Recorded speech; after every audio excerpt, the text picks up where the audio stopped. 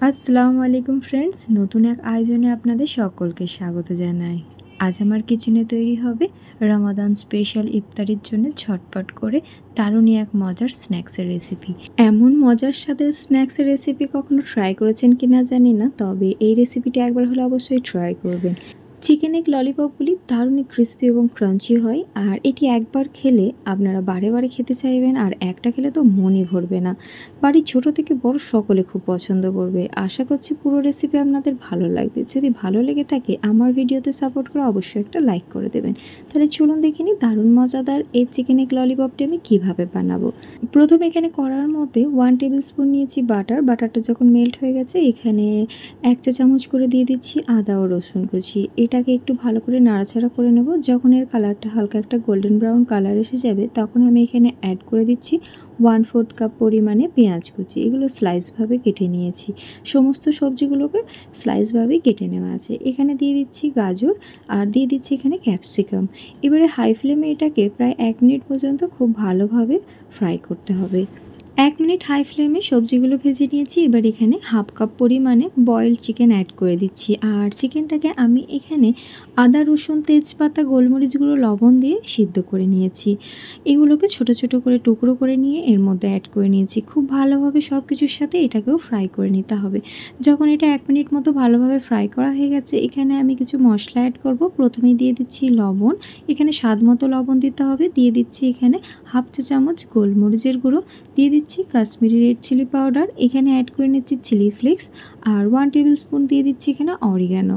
দিয়ে দিচ্ছি এখানে চাট মশলা 1/2 টিস্পুন। খুব ভালো করে সব কিছুকে আবারও মিশিয়ে নেব। এইভাবে প্রায় 1-2 মিনিট পর্যন্ত যখন ফ্রাই করে নেবে তখন দেখবেন সমস্ত কিছু বেশ অনেকটাই সফট হয়ে যাবে। তো এখানে প্রায় 2 মিনিট মতো আমি এইভাবেই ফ্রাই করে নেওয়ার পর এগুলো বেশ অনেকটাই সফট হয়ে গেছে। ঠিক এই পর্যায়ে অ্যাড করে নিচ্ছি 1 টেবিল স্পুন টমেটো কেচাপ আর এখানে 1 টেবিল স্পুন দিয়ে দিচ্ছি মায়োনিজ। খুব ভালো করে সব কিছুকে আবারও মিশিয়ে নেব। এটাকে 1 মিনিট পর্যন্ত ভালোভাবে একটু ফ্রাই করে নেব সব কিছুকে দিয়ে। যখন এইভাবে এটা একদম মাখা মাখা হয়ে যাবে তখন আমি এর মধ্যে অ্যাড করে দিচ্ছি 1 টিস্পুন তন্দুরি মায়ো, যেটা তন্দুরি মায়োনিজ বলা হয়। আমি যে মায়োনিজটা অ্যাড করলাম সেটা ভেজ মায়োনিজ, আর এটার মধ্যে একটু তন্দুরি মায়োনিজটা অ্যাড করে নিলাম। এতে করে স্বাদ দ্বিগুণ বেড়ে যায়। এখানে চিকেন ফিলিংসটা পুরোপুরি রেডি হয়ে গেছে। এটাকে আমি একটু ঠান্ডা করে নেব।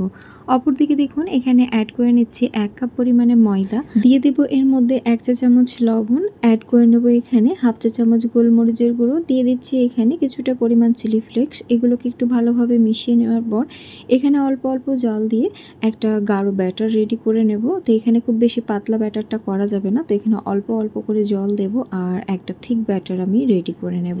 ব্যাটারটা তৈরি করার সময় ঠিক যখন এরকম একটু গাঢ় ভাব এসে যাবে ঠিক এই পর্যায়ে আমি কিছুটা পরিমাণ ব্যাটার তুলে নেব, যেটা আমি এই রেসিপিতেই ট্রাই করব। সেটা আপনারা পরে বুঝতেই পারবেন।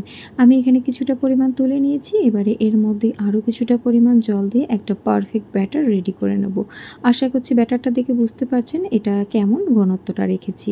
অপরদিকে দেখুন এখানে নিয়ে নিয়েছি সিদ্ধ করা ডিম। এখানে 2টো ডিম দিয়ে বেশ অনেকগুলোই চিকেন এগ ললিপপ রেডি হয়ে যাবে। তো আমি এগুলোকে পাতলা পাতলা করে স্লাইস করে কেটে নেব। এখানে একইভাবে 2টো ডিমকে কেটে নিয়েছি। তো দেখুন ঠিক এরকম কেটে নিয়েছি। অপরদিকে এখানে আমি নিয়ে নিয়েছি স্লাইস ব্রেড। আর এই ব্রেডটাকে দেখুন মাঝ বরাবর একটা এই ধরনের ছোট বাটি নিয়েছি। এবারে গোল আকারে এটাকে কেটে নেব। আপনারা যে কোনো মোল্ড দিয়েও এটা কেটে নিতে পারেন। তো আমি এখানে বাটির সাহায্যে কেটে নিচ্ছি। ঠিক একইভাবে অপরটাও কেটে নেব। এইভাবে করে বেশ কয়েকটা ব্রেডের স্লাইস দিয়ে আমি এগুলোকে রেডি করে নেব। এখানে আমি দেখুন একটা দেখাচ্ছি।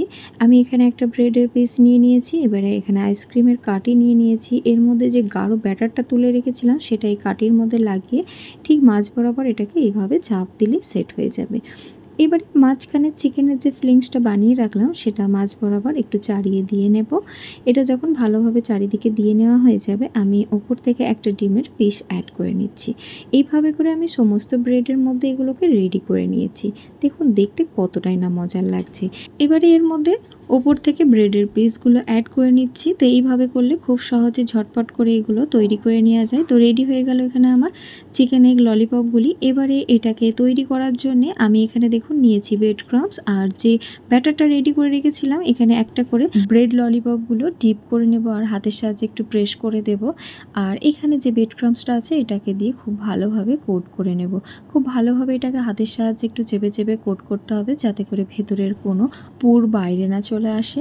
এইভাবে করে দেখুন আমার একটা bread chicken egg lollipop ready হয়ে গেল। ঠিক একইভাবে সমস্ত ব্রেড চিকেন এগ ললিপপগুলো রেডি করে নেব। আর এখানে প্রত্যেকটা আমার রেডি করা হয়ে গেছে। এইগুলোকে আপনারা এয়ারটাইট কন্টেনারে ফ্রিজে স্টোর করে রাখতে পারবেন। রমজানের ইফতারের সময় ঝটপট করে আপনারা প্রিপারেশন করে নিতে পারবেন।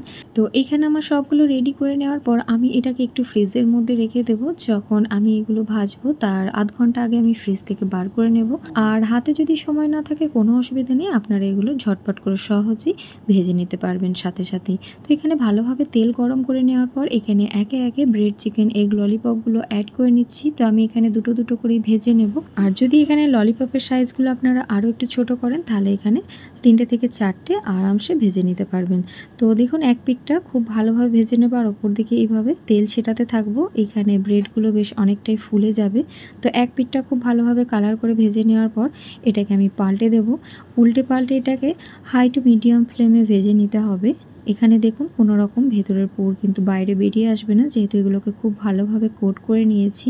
তো এটা যখন একটা সুন্দর কালার এসে যাবে গোল্ডেন এরকম, তো এটাকে আমি তেল ছড়িয়ে তুলে নেব।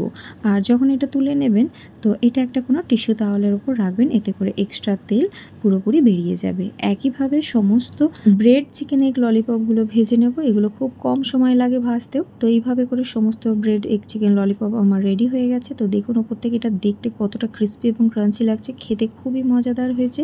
পছন্দ মতো যে কোনো সসের সাথে আপনারা এটা পরিবেশন করতে পারবেন। দারুণই মজার এই ইউনিক স্ন্যাক্সটি একবার হলো অবশ্যই ট্রাই করবেন রমজানের ইফতারির জন্য। আশা করছি বাড়ির সকলে খুব পছন্দ করবে। রেসিপি যদি ভালো লেগে থাকে আমাকে ফিডব্যাক জানাতে একদম ভুলবেন না। আজকের মতো আসি বন্ধুরা, নেক্সট কিছু মজাদার রেসিপি নিয়ে আবার হাজির হয়ে যাবো ইনশাআল্লাহ। আল্লাহ হাফেজ।